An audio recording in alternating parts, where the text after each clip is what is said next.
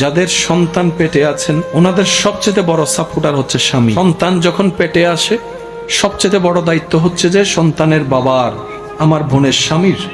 স্বামী যখন ওই স্ত্রীর তো সেই মুহূর্তে পাশে থাকে তখন হাজার ওষুধের চাইতে বড় কাজ হয়ে যায় স্বামীর পাশে থাকা। সুবহানাল্লাহ।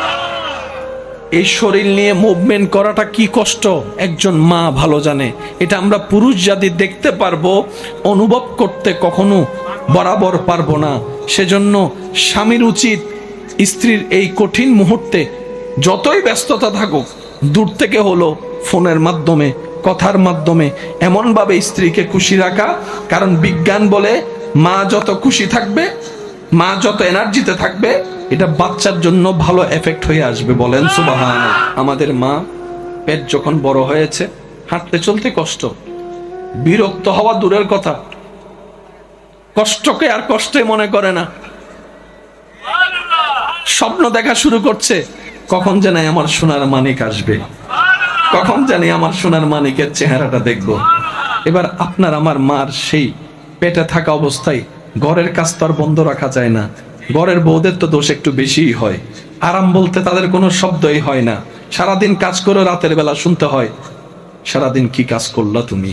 এটাই আমাদের সমাজ। কথা বলেন ঠিক কিনা?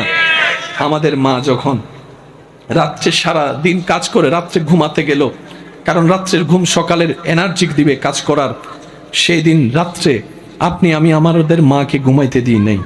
কিছুক্ষণ ডান দিকে লাথি মারি, কিছুক্ষণ বাম দিকে লাথি মারি, পেটের মধ্যে লাথি মারতেই আছি।